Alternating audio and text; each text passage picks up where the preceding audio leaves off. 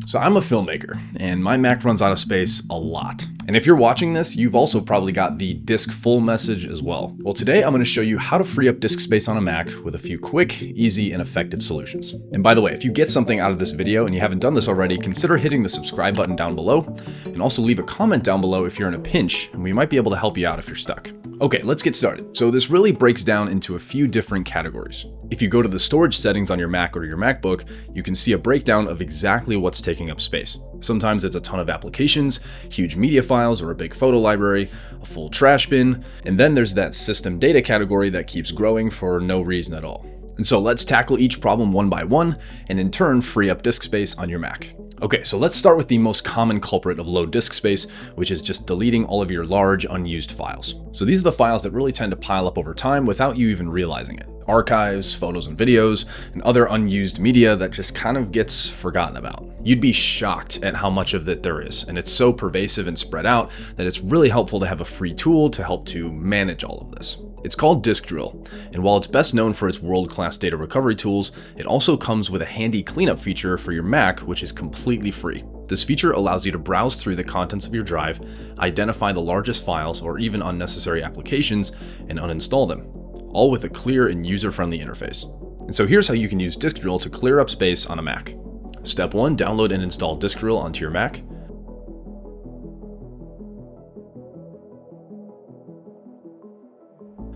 Step 2, open Disk Drill and navigate to the Cleanup tab in the Extra Tools section. Step 3, on the main screen you'll be presented with all of the drives connected to your Mac, as well as a list of common folders on your Mac's system drive. Any of these drives can be scanned, but since we're trying to clear up space on our Mac itself, we're going to select the system drive from the list and hit Start Scan. Step 4, after the scan completes, you'll be presented with a visual map of all of the data present on your drive in the form of tiles, where the tile size illustrates the amount of space it takes up on the drive relative to everything else. Here you can select the folders on your drive that take up the most space, and double-click on it to go deeper into the structure, gradually reaching the largest files.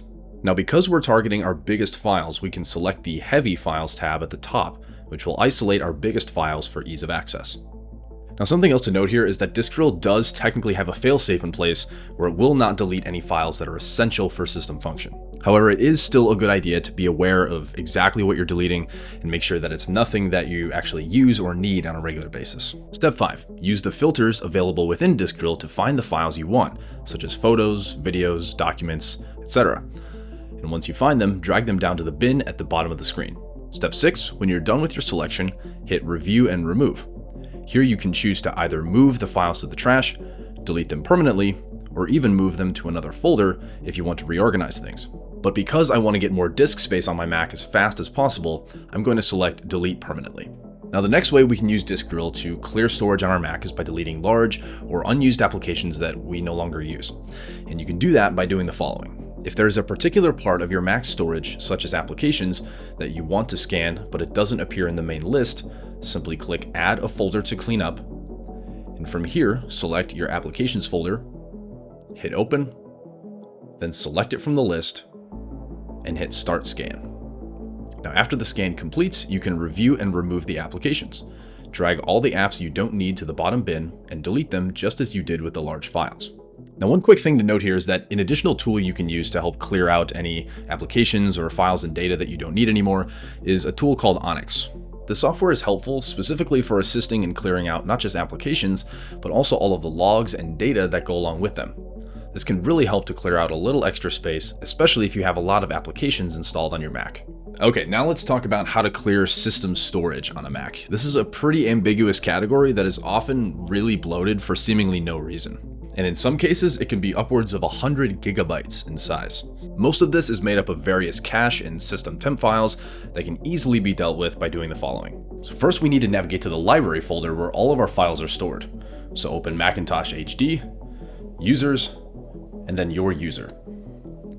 From there, hit Shift, Command, and Period together to reveal all hidden files and folders, and open the library folder that appears. Next, locate the Caches folder, and within that, delete any folders that belong to data-hungry apps. So as an example, Adobe After Effects has a huge cache system that can take up to tens of gigabytes at a time. So deleting that will help to free up more space on my Mac.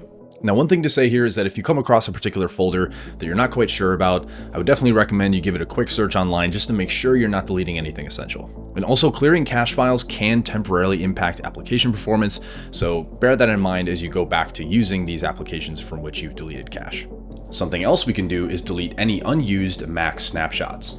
So unlike Time Machine that makes backups on an external drive, snapshots are consistently made to your system drive, which unfortunately can take up a lot of space. To delete them, first launch Disk Utility, next go to View, then Show APFS Snapshots, and from here a list of snapshots should appear. Select any old or large snapshots, and click the minus button to delete them.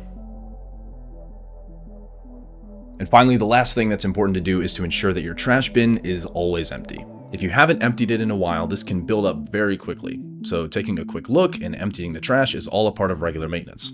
And you can even automate the emptying of the trash by setting it to automatically empty every 30 days in your Finder preferences.